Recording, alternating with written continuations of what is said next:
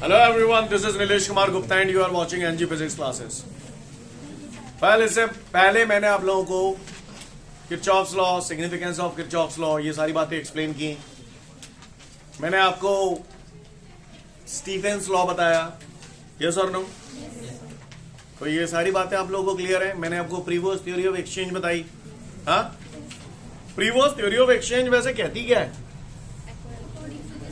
कोई भी body absolute zero temperature को अगर छोड़ दिया जाए, एब्सोल्यूट जीरो टेम्परेचर के अलावा किसी भी टेम्परेचर पर है, वो क्या करती है? हीट एनर्जी एमिट भी करती है. अच्छा, मतलब एमिट भी करेगी और एब्सॉर्ब भी करेगी. एक ही मूवमेंट पे एमिट भी कर रही है, एब्सॉर्ब भी कर रही है. कर रही नहीं कर रही? ऐसा मैंने आपको प्रीवोस थ्योरी ऑफ एक्सचेंज में बताया, राइट? कोई भी बॉडी एब्सोल्यूट जीरो टेम्परेचर को छोड़कर बाकी किसी भी टेम्परेचर पर हो, वो अपनी सराउंडिंग में हीट एमिट भी करती है और सराउंडिंग से हीट एब्सॉर्ब भी करती है. और ऐसा तब तक होता है जब तक थर्मल इक्विलिब्रियम की पोजीशन अचीव ना हो जाए. सही बोल रहा हूं ना? कुछ गलत क्या थी मैंने? मतलब आप प्रीवोस थ्योरी ऑफ एक्सचेंज बड़ा बढ़िया समझते हो. प्रीवोस थ्योरी के बाद मैंने आप लोगों को स्टीफेंस लॉ पढ़ाया था. स्टीफेंस लॉ में ड्यूलॉन्ग, पैटेट और टेंडाल के इफेक्ट को, सबको चीजों को पढ़ने के बाद स्टीफेंस ने उसमें कुछ मॉडिफाई किया और उसने बोला the heat energy emitted per unit area per unit time by a black body is directly proportional to the fourth power of the absolute temperature of the body. ऐसा मैंने आप लोगों को बतलाया था. मैं बतलाया था नहीं बतलाया था? बतलाया था नहीं बतलाया था? बतलाया था. गौर से सुनिएगा सब लोग, तभी आपको कहानी समझ में आएगी, अदरवाइज बम्पर हिट जाएगी. ठीक है? मैं यहां पर जो बात कर रहा हूं ना, वो कोई नई बात नहीं कर रहा हूं. मैं स्टीफेंस लॉ की बात कर रहा हूं, जो मैंने पिछले टर्म पे आपको पढ़ाया था. पिछले टर्म पे बेटा मैंने आप लोगों को बताया था, बातें ना करें प्लीज, चुप रहकर सभ्यता का परिचय दें. Is equal to sigma T की पावर 4. बोलो भैया, सही बोल रहा हूं ना? मैंने आपको क्या बताया था? ई को आप Q अपॉन AT लिखते थे, अगर आपको याद हो तो. वो पक्का भरोसा तो मैं याद नहीं होगा. क्लियर? वहां पे मैंने बताया था heat energy emitted per unit area per unit time is directly proportional to the fourth power of the absolute temperature of the body. ऐसा करके मैंने आप लोगों को बताया था. आपको याद है? आपको याद है? किसने कहा ये बात? स्टीफेंस ने कहा. चलो इसको थोड़ा सा पिक्चराइजेशन करते हैं. करें पिक्चराइजेशन, करें पिक्चराइजेशन करते हैं. आप पिक्चराइजेशन कर लो. ये एक ब्लैक बॉडी है. क्या है ये? Black body. तो स्टीफेंस लॉ में यही बात तो कही गई थी कि भैया कोई ब्लैक बॉडी है, उसके पर यूनिट एरिया से पर यूनिट टाइम में जितनी रेडिएशंस एमिट होती है, वो directly proportional to the fourth power of the absolute temperature of the body. ऐसा बताया था, राइट? सही बोलना? सीन क्लियर है सभी? किसने कही ये बात? स्टीफेन ये कह तो चलोगो. बाकी बात, जैसे ही जिस दिन उसने ये पूरी कथा कह दी, उसी रात बोल्ट्जमैन उच्च का तब पहुंच गो स्टीफेन के घर पे.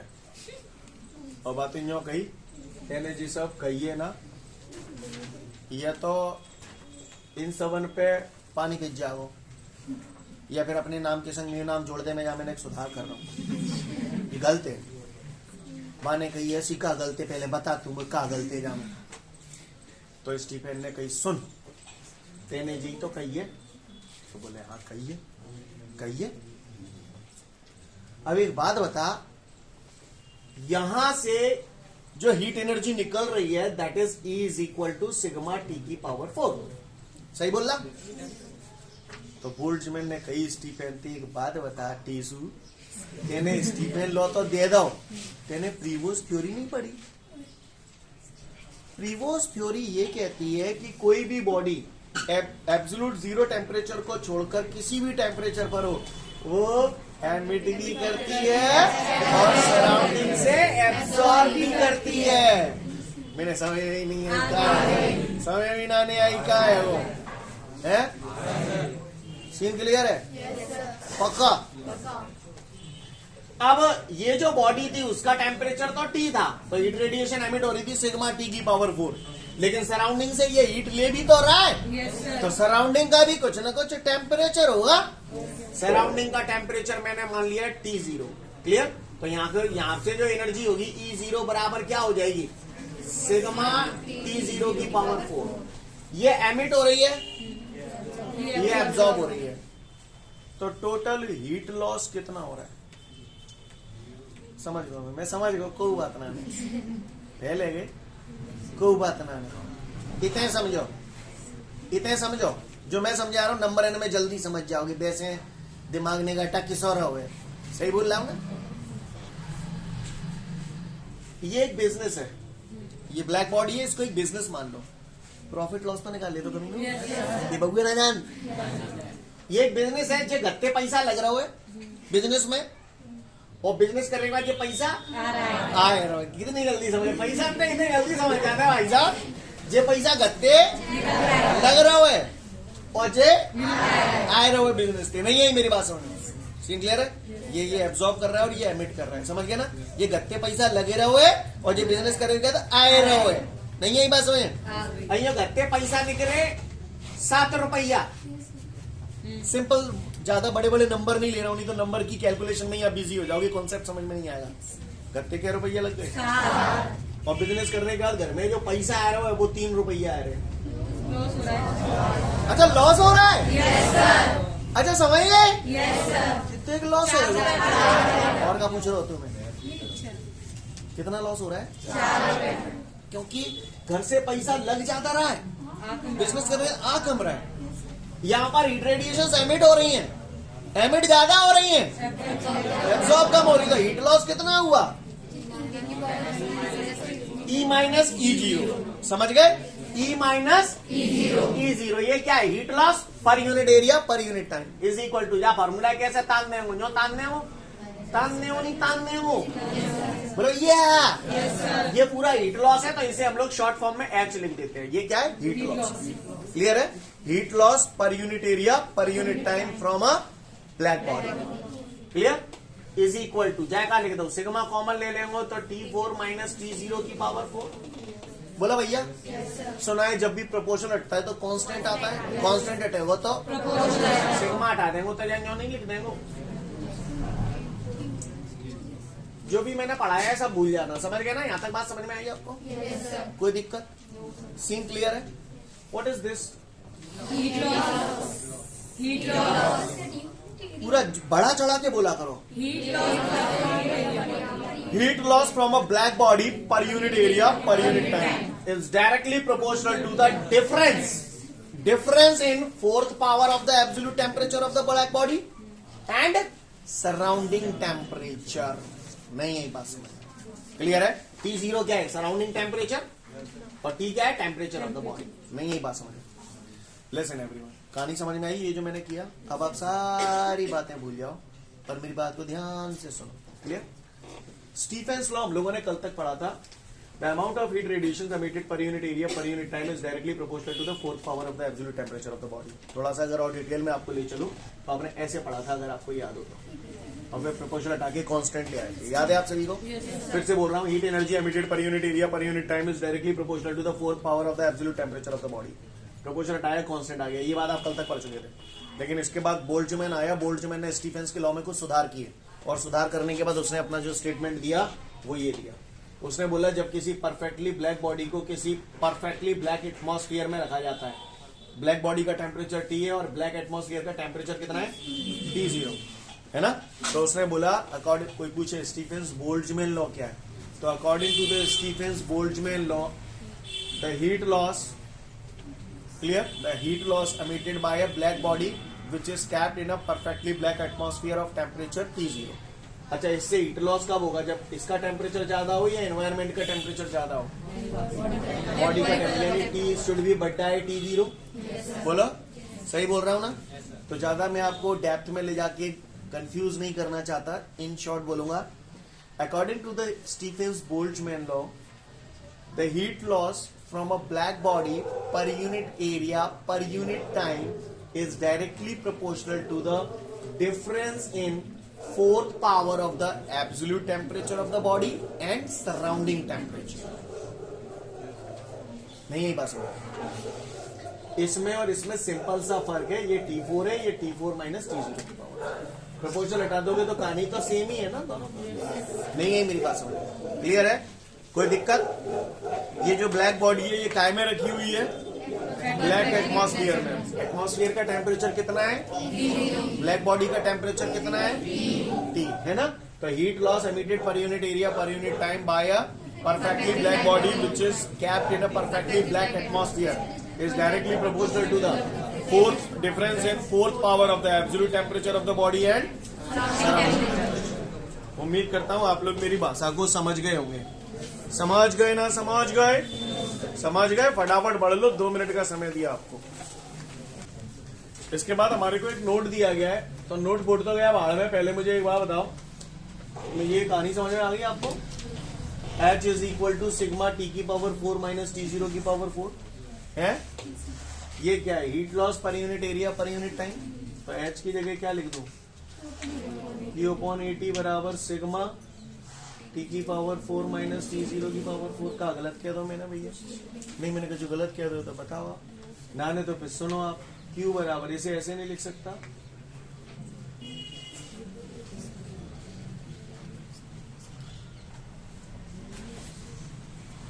आप लोग इस चैप्टर को कंटिन्यूसली पढ़ रहे हो घर पे या नहीं पढ़ रहे? पढ़ रहे हो तो देखो जरा किसी को याद है कि नहीं है। रिलेटिव एमिटेंस पढ़ाया था मैंने आपको, और ब्लैक बॉडी के लिए रिलेटिव एमिटेंस की वैल्यू कितनी होती है?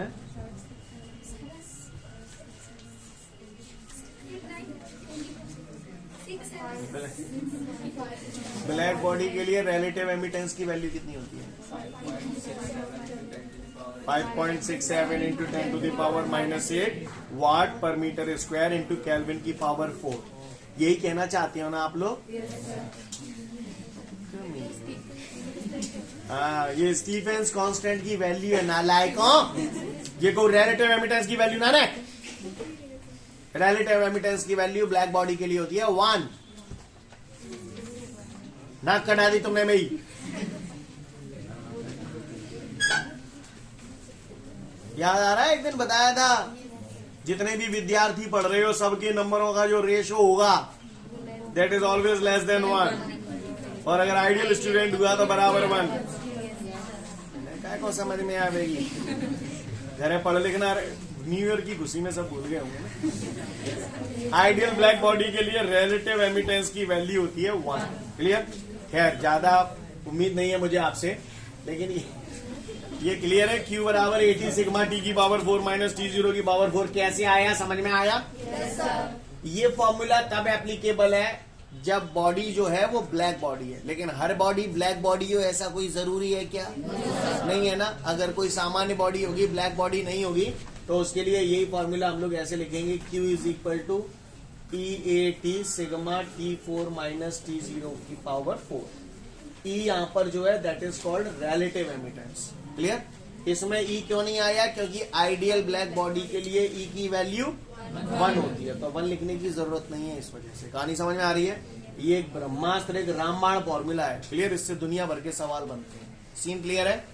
अगर बॉडी का रिलेटिव एमिटेंस दिया हो तो उस बॉडी से हीट लॉस निकालने के लिए हम लोग ये फॉर्मूला लगाते हैं। क्लियर? और ब्लैक बॉडी होगी तो ये लगेगा। तो वही नोट में लिखा हुआ है, पढ़ लो। इसके बाद हमारे को एक न्यूमेरिकल दे रहा है, और उस न्यूमेरिकल में मुझसे बोल रहा है ये हीटर है। हीटर कौन सी हीटर? हाँ, हीटर देखो आपने? हाँ ठीक है, शट अप। वो कह रहा है हीटर है, हीटर का सरफेस एरिया है 350 सेंटीमीटर स्क्वायर का है।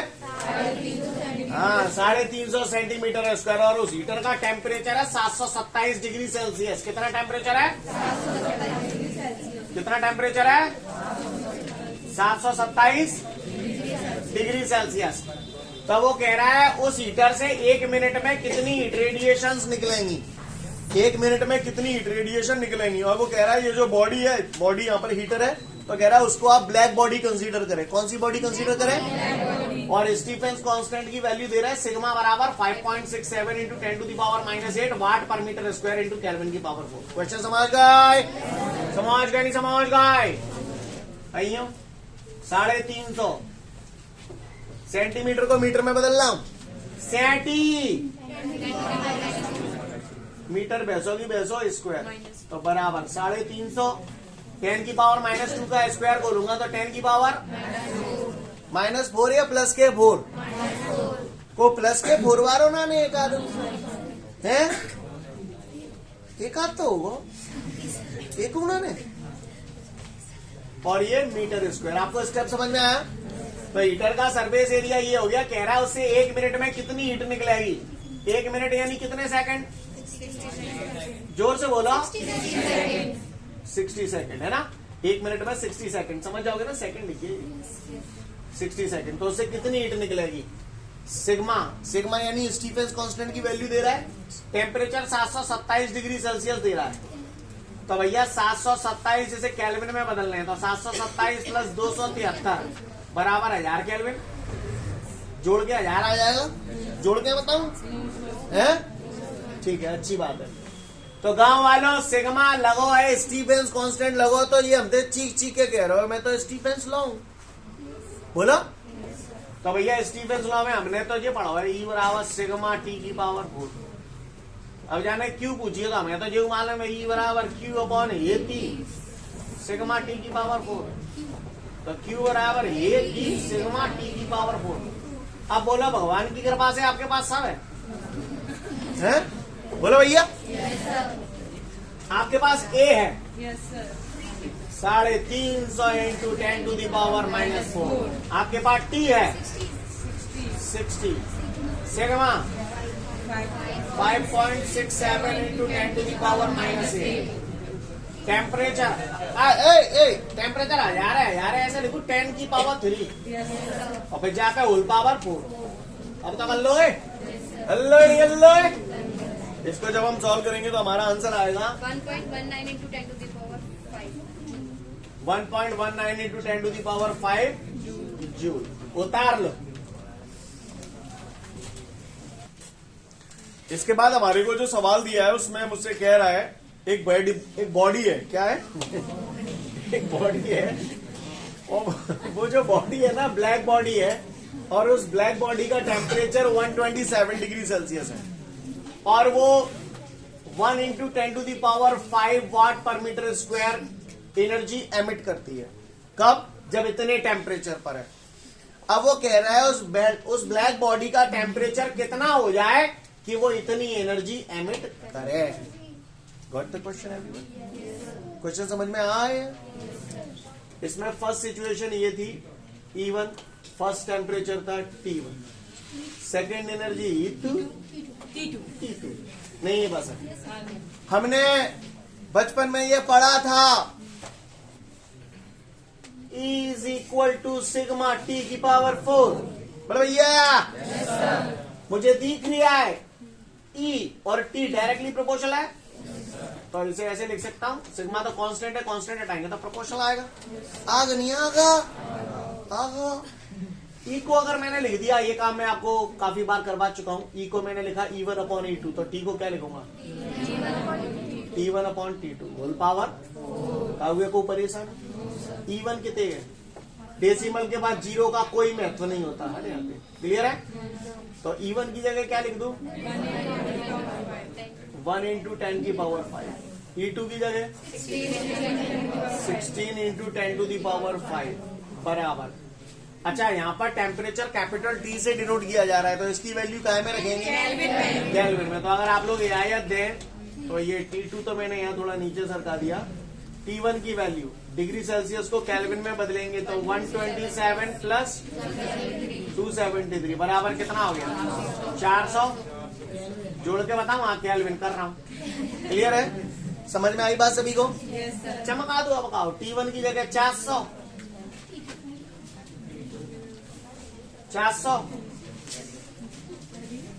T2 निकालना है होल पावर 4। काव्य को परेशानी 10 की पावर 5 से 10 की पावर 5 कैंसिल हो जाएगा। आयु ये 1/16 है नहीं है? 1/16 को ऐसे लिखो, अच्छा लगेगा। बिना समय में नहीं आई, जय में पहले पागल से एकदम बेचारी समझ गए? 1 की पावर 4 1 ही होता है, 2 की पावर 4 16 होता है। मैंने कहा गलत कह रही भैया, होते 4 फोड़ दो तो क्या बच जाएगा? टिट्टू टिट्टू बन जा 400 टू जा 800 केल्विन। आंसर तुम्हें डिग्री सेल्सियस में ही चाहिए तो -273 कर देना। समझ में आ गई बात? या फिर ऐसे ही लिखा रहने दो? क्या डिग्री सेल्सियस 527 डिग्री। इसके बाद हमारे सामने अगला क्वेश्चन है, define Newton's law of cooling.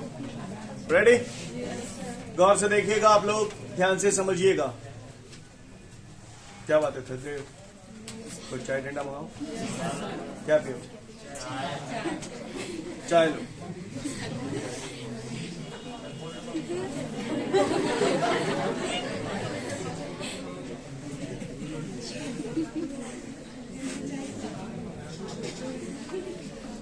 ये चाय है। क्या है? चाय। जाहिर सी बात है, चाय है तो इसका कुछ टेम्परेचर भी होगा। मैंने मान लिया इस चाय का टेम्परेचर है, इस चाय का टेम्परेचर है 50 डिग्री सेल्सियस। ना रखो, इस चाय का टेम्परेचर है 50 डिग्री सेल्सियस। कितना है? 50 डिग्री सेल्सियस। कितना टेम्परेचर है इस चाय का? 50 डिग्री सेल्सियस। पर मैं तुम्हें पीन नहीं देना। अभी पढ़ लो, अभी पढ़ लो, 5 बजे पी लेना। अच्छा, ठंडी हो जाएगी? ये तो कहीं का नहीं। 5 बजे मैंने देखा, 5 बजे मैंने देखा कि इसका टेम्परेचर 50 डिग्री सेल्सियस की बजाय 70 डिग्री सेल्सियस हो गया। कितना हो गया? अच्छा, कम हुआ? कम हुआ? लिया 30 डिग्री सेल्सियस हो गया। चाय सिराई गई, कूलिंग हो गई। Yes sir. कितनी कूलिंग हो गई? 20 डिग्री। कैसे निकाला? कैसे निकाला? इसमें से किसको माइनस किया? यू मीन टू से this is cooling? Yes sir. This is cooling? Yes sir. 50 - 30, answer is 20। सही बोल रहा हूँ? तो θ1 - θ2 इज द कूलिंग, राइट? और मैंने तुम्हें बचपन में सिखाया था, जहां कहीं भी हम टाइम का डिवाइड कर देते हैं तो क्या वर्ड आएगा? तो now what is this term? The rate of cooling. का जोर से बोलो। The rate of cooling. हाँ, बोलते जाओ। Directly proportional to. बोला डिफरेंस। डिफरेंस माइनस लगाए तो डिफरेंस। ये बॉडी है, ये बॉडी का कौन सा टेम्परेचर है बताना। चूतियों की तरह रिएक्ट मत करना, सोच समझ के बताना। जी हाँ, जी हाँ मेरे भाइयों, average temperature of the body. मन खुश कर दो तुमने। ये चाय सिराए रही है? क्यों? क्योंकि इसके चारों तरफ एनवायरमेंट है ना, सराउंडिंग है। सराउंडिंग को टेम्परेचर चाय के टेम्परेचर से ज्यादा हो या कम हो? कम होगा। जो मैंने सराउंडिंग टेम्परेचर ले लो theta. What is theta? Surrounding temperature. तो ये theta. And this is the Newton's law of cooling. Newton's law of cooling हमसे ये कहता है द रेट ऑफ कूलिंग। कहो लौट आओ, आप किसे कह रहा हूं, है ना? According to the Newton's law of cooling, the rate of cooling is directly proportional to the difference in average temperature of the body and surrounding temperature. Clear है? Yes, sir. समझ गए?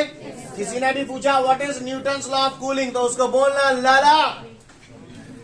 The rate, according to the Newton's law of cooling, the rate of cooling is directly proportional to the difference in average temperature of the body and surrounding temperature. Clear? अब फिर से खाली स्थान भरो, जहां मैं चुप हो जाऊं वहां पर अपनी आवाज भर देना। क्लियर? और जहां पे उंगली रखूं उतनी आवाज भरना, ज्यादा नहीं। According to the Newton's law of cooling, the cooling is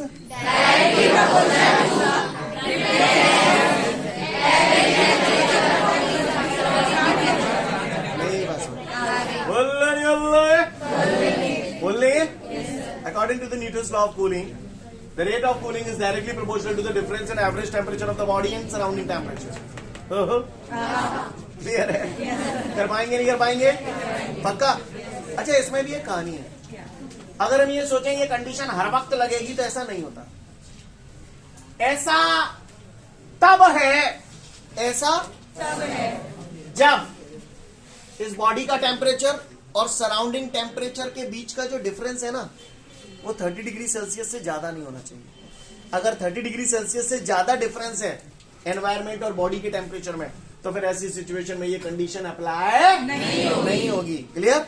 यानी ये कंडीशन तभी अप्लाई है जब बॉडी का टेम्परेचर और सराउंडिंग टेम्परेचर के बीच का जो डिफरेंस है वो बहुत ज्यादा न हो. बहुत ज्यादा हो जाएगा अगर वो डिफरेंस, तो फिर ये कंडीशन अप्लाई नहीं होगी. आप थोड़ा नंबर्स के फॉर्म में समझाऊं तो आप ज्यादा बेहतर समझ पाएंगे. जैसे जो हॉट बॉडी है उसका टेम्परेचर मान के चलो 50 है, तो एनवायरमेंट का ज्यादा से ज्यादा 80. सॉरी मैं गलत बोल गया. ये हॉट बॉडी है ना, हॉट बॉडी का टेम्परेचर मैंने 50 लिया है, तो एनवायरमेंट का कितना हो जाएगा कम से कम? 20. हाँ, 50 है तो 20 हो जाएगा. तो दोनों के बीच का डिफरेंस 30 हुआ. नहीं, यही बात है. 20 और 30 भी हो सकता है. 30 से डिफरेंस 20 का रह जाएगा. समझ गया ना मेरी बात को? डिफरेंस 30 से ज्यादा नहीं होना चाहिए, क्योंकि 30 से ज्यादा अगर डिफरेंस हो जाएगा तो कूलिंग की जो स्पीड होती है वो डिफरेंट होती है. नहीं, यही बात समझ कहा. हाँ, यानी हॉट बॉडी और एनवायरमेंट के बीच का जो टेम्परेचर डिफरेंस है, that should not be too large. Clear? वो बहुत ज्यादा नहीं होना चाहिए. वो कितना काम तक चलेगा? 30 डिग्री सेल्सियस. या उससे कम होगा तो चलेगा, लेकिन उससे ज्यादा नहीं चलेगा. यानी अगर हॉट बॉडी अगर मान के चलो 70 डिग्री सेल्सियस पे है, तो एनवायरमेंट का टेम्परेचर 40. समझ गया ना? 40 हो सकता है, 50 हो सकता है, 60 हो सकता है, लेकिन 40 से नीचे मत लेना, क्योंकि वो डिफरेंस ज्यादा हो जाएगा तो फिर ये कंडीशन सेटिस्फाइड नहीं होगी. जो मैंने रामायण बोली आपको समझ में? Yes sir. सीन क्लियर है? बहुत सुनो. यहाँ पर कूलिंग जो होनी चाहिए, इसमें कहानी है, उतना आसान नहीं है. ये कंडीशन तब सेटिस्फाइड करेगी जब यहाँ पर कूलिंग जो है रही है वो केवल रेडिएशन प्रोसेस के थ्रू हो रही है, मतलब ऐसे हीट नहीं कर रही है. नहीं, यही बात है. तो मुझे सोचो जाके कूलिंग, जैसे गिलास में गरम गरम दूध भरो रहता तो भाई पीवे के लिए हम फैला लेते और पी लेते हैं. भाई बोलो, सही बोल रहा हूँ ना? वो वाली कंडीशन है, यानी सरफेस एरिया चेंज नहीं होना चाहिए. सरफेस एरिया चेंज हो जाएगा तो कूलिंग जल्दी हो जाएगी. उस कंडीशन के लिए एप्लीकेबल नहीं है ये. मैंने समझ में नहीं आ रही. क्लियर है? यानी यहाँ पर जो हीट का लॉस होना चाहिए वो केवल नहीं, यही बात. I hope you understand. Yes sir. Scene clear है? Yes sir. कोई दिक्कत?